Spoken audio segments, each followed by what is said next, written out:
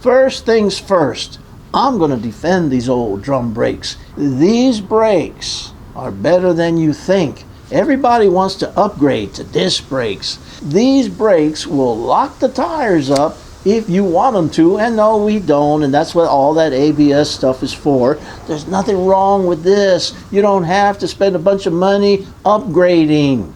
There it is again, the culprit, that little bit of rust there. And you might ask yourself, well, what difference does that little make? Well, there's some more rust right in here. What you have to understand is these brakes have to work so freely. Not only do they have to work hydraulically out and in, the feature of these brakes is they are actually allowed to shift. You see this shifting action right in here?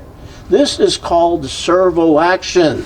The actual kinetic energy of the vehicle is going to be used to harness some of that force to apply the brakes. I'm not calling them power brakes, but these are assisted. There's nothing wrong with these brakes if you do all the little details, so all of these friction points will work so smoothly to apply and release. Let's go on.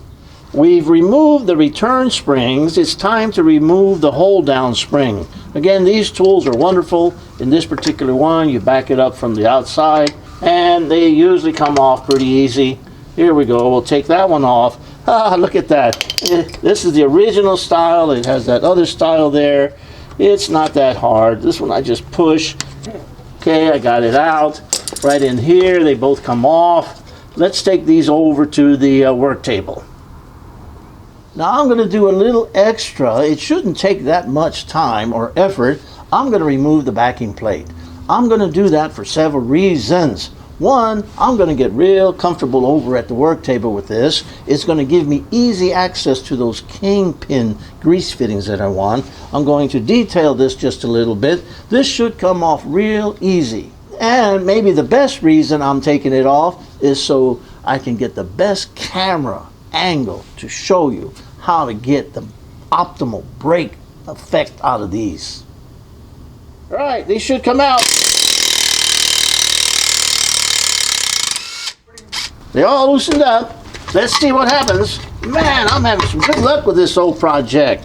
Here, there's our backing plate. Let me go clean it and show you all the details on how to get this servo action working at its maximum. Well, look here. Got a little bug in here. I wonder if anybody recognizes what that was. Before I go to the soap and water, just a quick brush right over the trash can to get all the heavy stuff off. Soap and water, that's all we need. We don't need any fancy cleaning solvents. Let it run.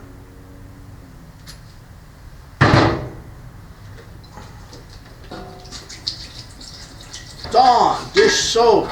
It does great to remove oil and rust, some of the rust. It does an excellent job. We don't have to overdo it. We just have to do it some.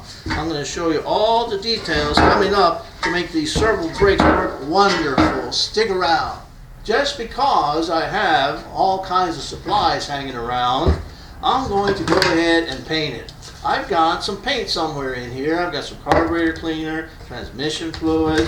Oh, what do I have here? Yes, I have cast iron gray.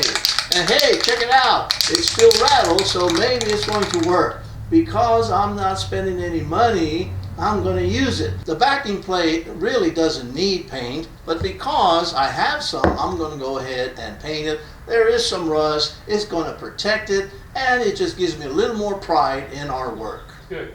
All right, let's go ahead and put a little paint on this so it will protect it from the rust. And it just makes it look nicer. Here, let's put it one coat, let that dry, and then I'll do another coat. All right, this one dried up a little bit. Let's get all the angles in there, and let's see what you think. What do you think, folks? Not too bad. So far, $0 spent again. Darn it. Rust dust. A good technician should be able to spot it a mile away coming out of them U-joint cups. It's there because of a reason. Here, it's more obvious. This is where the pin would ride. Now, I have to ask you, well, why is this rusted and all the area around it not rusted? It's because it has rubbed down to the bare metal. Well, anywhere there's rubbing, that means there's friction, and if there's friction, there should be some lubrications. You would be shocked to find out how many critical lubrication points there are in this servo drum. If you do this correctly, these servo drum brakes will work just as well as the disc brakes. For example, servo means that they're going to do this. During the rotation of the tire, when the vehicle is going forward, it's designed to shift. This shifting action is what multiplies the effort to give us this assisted brake. No, I'm not calling it power brakes, but they work great. You can lock the brakes up in an instant when everything is working correctly. Here we go again, up here on top. On this side, you can see the rust. You can see the rust dust. And it's dry. That should have been lubricated. And to prove my point about the shifting, I haven't cleaned these. I haven't touched them. Over here on this side, how come this side's not rusted?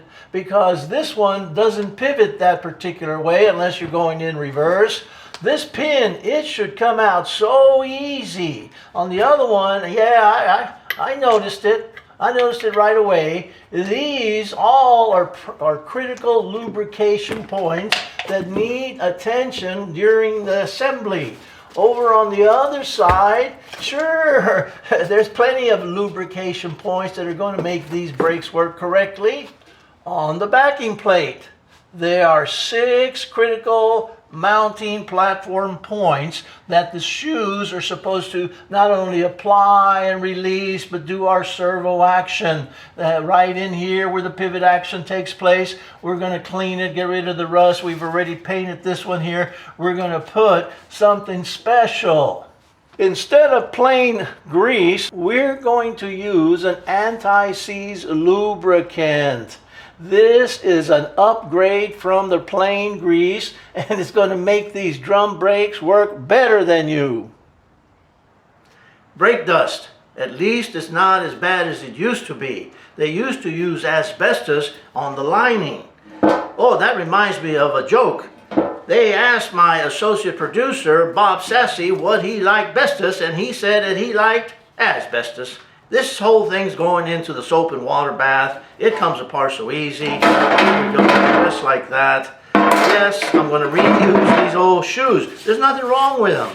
And soap and water is not going to do anything to the asbestos. No, do not wash this in any kind of mineral spirits or petroleum-based product. This soap and water, you will be shocked, is going to do a really, really good job of getting all that dust up in there. Of course, I'm going to have to give it plenty of time to dry. And a good rinse before the drying. A little wire brush to help it out. We're coming along real good with these. We're cleaning them off. This adjuster looks like it's working, but the truth is it's completely unfunctional. Half of it works, but this side is frozen.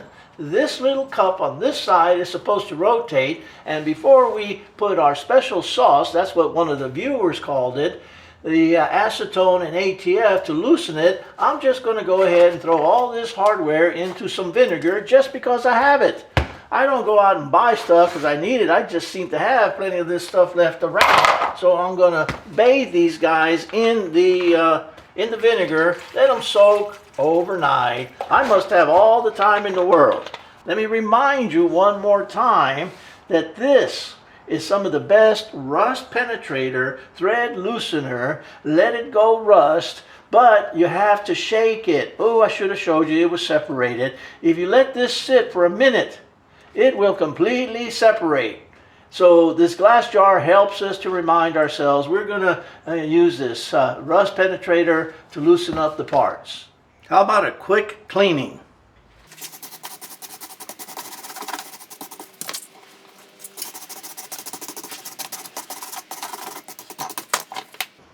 These bolts I was going to clean with a little bit of gasoline, just a little bit. I was going to put the gasoline in there next to where I have the vinegar and let them soak a little bit and slosh them around, but then I knew that gas would evaporate, and it's not a very good, safe idea. I decided to try, and I get a little strategy. I thought about it. I'm going to put them into this container. Here we go. That's some clean gas. That's the last time I'll use it to run the engine. I'll do that. I'll seal it. I'll shake it. And then, how am I going to do it? I'm real eager to see how this is going to work. I'm not sure I've ever done this before. Now, I'm so eager, I'm not going to put it in here because I've got vinegar. I've decided to go ahead and put it in here. And the question is, am I going to get those big bolts out of that little neck? So here comes the liquid. That's the easy part. And I thought about it ahead of time. It shouldn't be that hard to get them out of there. Here's one. And I got to line that one up a little better. And we switch it around. Here's the next one to try. And sure enough, I got them out. Now I separate the bolts. I'll throw them in a wash. Where's my water wash? I always wash with soap and water, a little rinse. And then I'll get this guy back in here. Right. I'll position myself better to be able to put the gasoline back in there, put the cap back on there, and I'll have my gasoline wash ready for the rest of the nuts and the bolts. I like this.